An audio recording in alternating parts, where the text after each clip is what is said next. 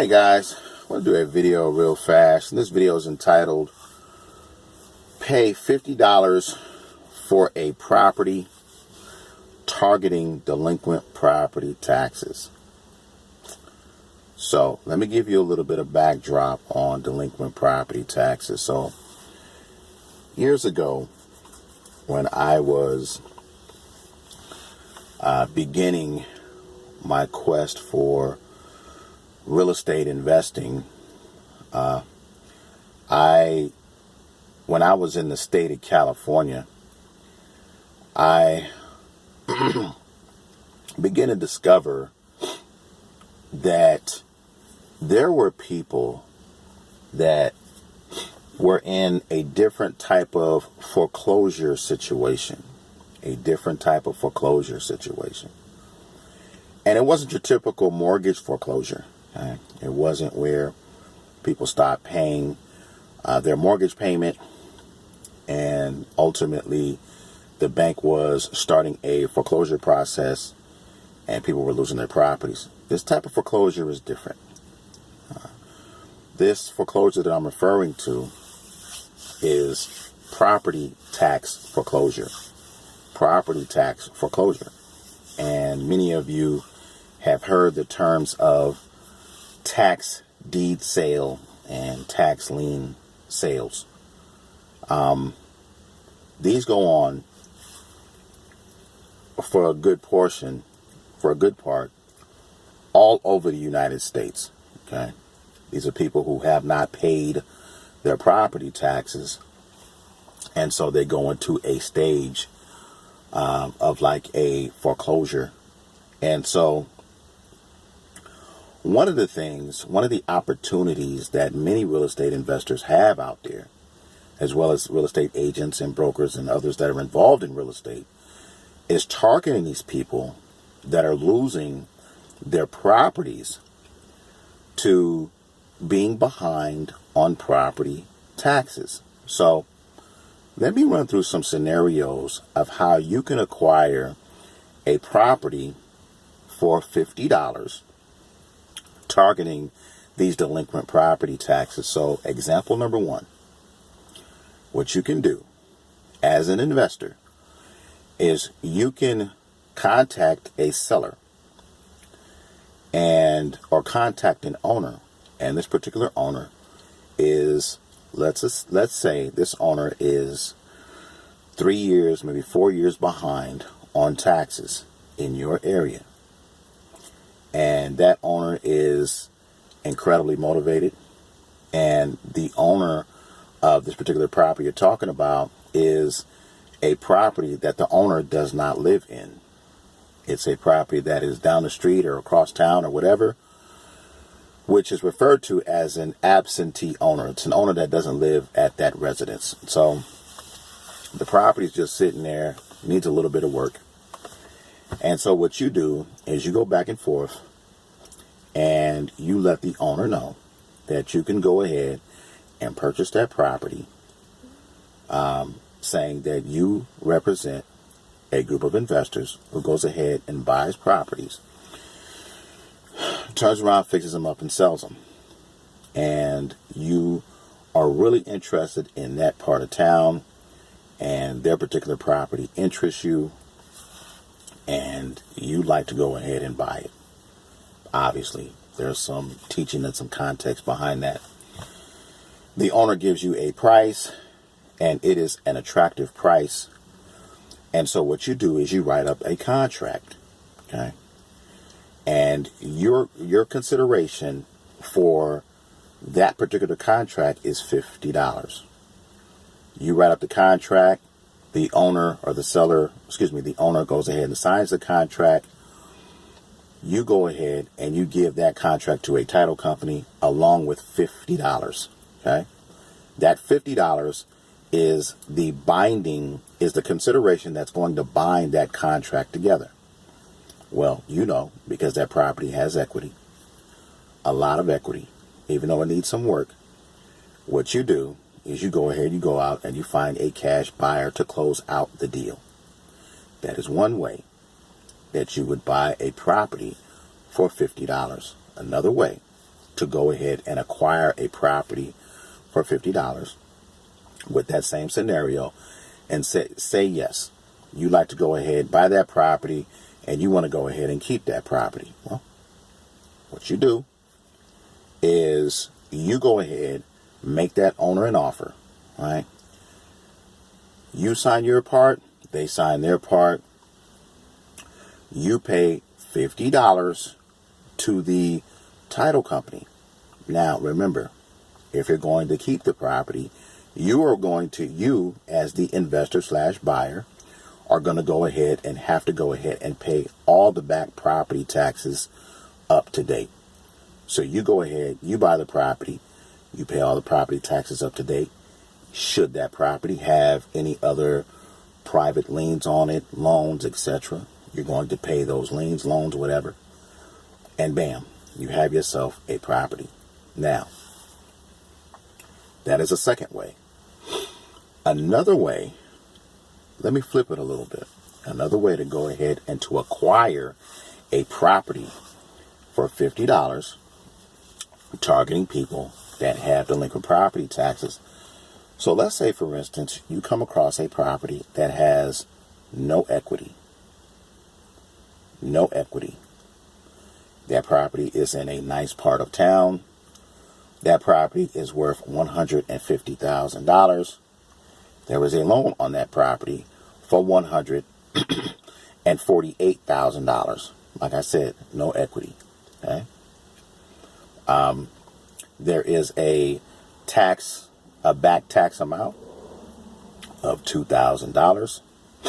And so what you do is you go ahead, you contact the owner. The owner is crazy motivated. And because of this particular scenario, they have, like I said, this is a hypothetical, but this is actually real. They have a property that essentially has no equity. How would you go about putting a deal like that together? And so you go ahead and you contact the owner. Owner is crazy motivated. They know that they can't list it with an agent because it would cost them money to list with an agent. So they're just going to go ahead and let the property go. All right. So with a scenario like this, you say, yes, I would like to go ahead and buy your property for that amount, for $150,000. $148,000. You let them know that you'll go ahead and you will take care of the $2,000 delinquent property tax payment. And they say, yes, thank you very much. And so what you do is you write up an agreement. You fill out your portion. The owner fills out their portion.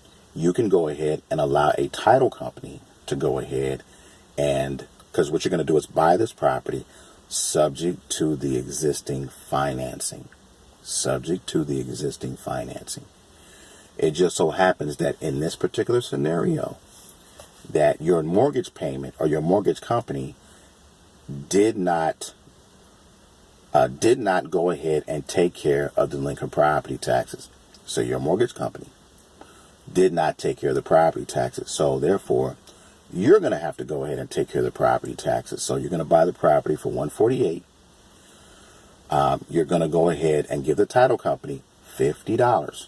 Okay, $50 binds the contract. So you're going to go ahead and write up an agreement for $148,000.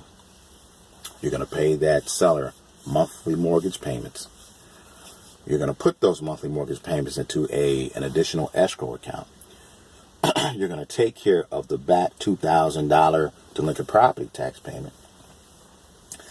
Now you got this piece of property that you bought via subject to the existing financing for $148,000. You also got to take care, like I said before, that $2,000 delinquent property tax payment. So now you're into it really for $150,000, right? Plus some additional fees, closing, whatever it is. So let's just say $150,000. How would you make a deal like that work? How would you make a deal like that work? Well, you go ahead, you buy the property subject to the existing financing. You turn around and sell it on a lease option. So what you're going to do is you're going to go ahead and take that same property and you're going to market it in that area. Okay, you're going to market that cute little property that needs no work. You're going to say, hey, look, I have a piece of property here, and it's for sale via a lease option, 10% down or $15,000 down, and $1,500 a month in the monthly mortgage payment. Now, the monthly mortgage payment on it right now, let's assume, is $1,100 a month. Okay, that's the mortgage payment. So the monthly payment coming to you from the tenant buyer, which is what you're going to do with your lease option, is $1,500 a month. You're going to get $15,000 down. And so what you're going to do is write up the deal, turn around, sell that property on a lease option. You can do a 1-year lease option. So you're going to collect $15,000. And you're also going to collect $1,500 a month. Now remember, the monthly mortgage payment on a property like that is $1,100. Okay? So basically, you're going to pocket $400 a month as well as the $15,000 down. That is an example of how you can acquire a property for $50. Okay? Because out of that $2,000 that you're going to pay with that delinquent property taxes, remember, you're going to get $15,000 from a tenant buyer. So a portion of that can go towards paying those back property taxes. One of the reasons I wanted to go ahead and go about these different scenarios of how to go ahead and buy a property for $50 is that you really actually can buy a cheap piece of property, and you're really able to do this for an inexpensive amount of money. Let me give you another scenario. So let's go back to that same seller. That same seller has a property that has code violations against the property. Okay? So the code violations are stressing the owner out, and the owner no longer wants the property because the city is on them. And if they don't take care of this code violations, they're going to go ahead and condemn that property because that property has boarded up windows and the property's always getting broken into. And in other words, the seller associates that property with a big problem. Okay, that's a huge problem. And so what they do what you do is you go ahead, you tell the seller, yes, I'd be able to go ahead and buy the property. And so what you do is you go ahead and you write up a contract, all right? You write up your portion. The seller fills out their portion. You put $50 down. And you can do with that property what it is you want. Because you've done your due diligence, you can wholesale that property. You can keep that property as a rental.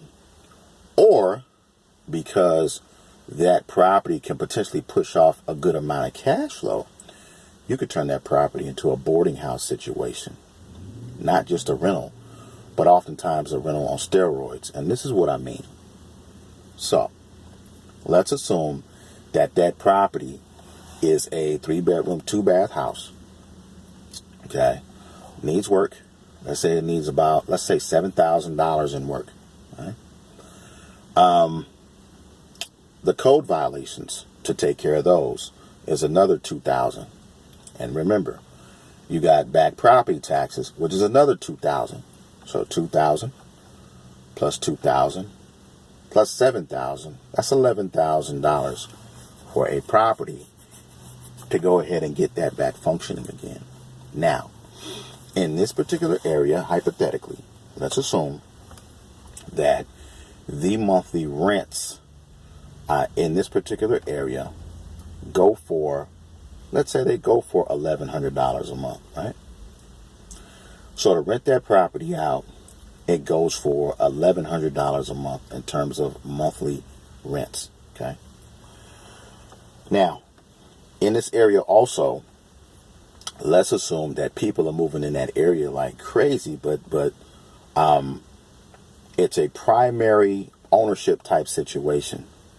Now, you can go ahead and turn around and rent that property out for $1,100 a month. Or what you could do is turn around and rent rooms out for $550 a piece, which is $1,650 a month, renting rooms out. Guys, what I'm saying is this: there's so many different ways to tie up a property and to buy a property for $50, targeting people with delinquent property taxes. In other words, $50 out of your pocket. And some of the scenarios are you're going to pay $50 and that's it. Okay, which is like the wholesale situation. Some of the scenarios, if you keep it, you're going to pay $50 and whatever it costs to fix it up.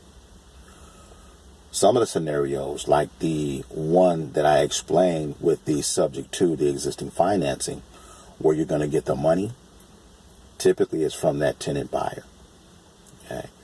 See, where there is no equity at times, you can essentially create equity. And what I'm talking about here, guys, is a concept called creative real estate finance. All you have to do is be creative. Whether you are an investor, whether you are an agent. Let me give you another scenario. You come across a property that is behind on taxes, and it's a piece of land.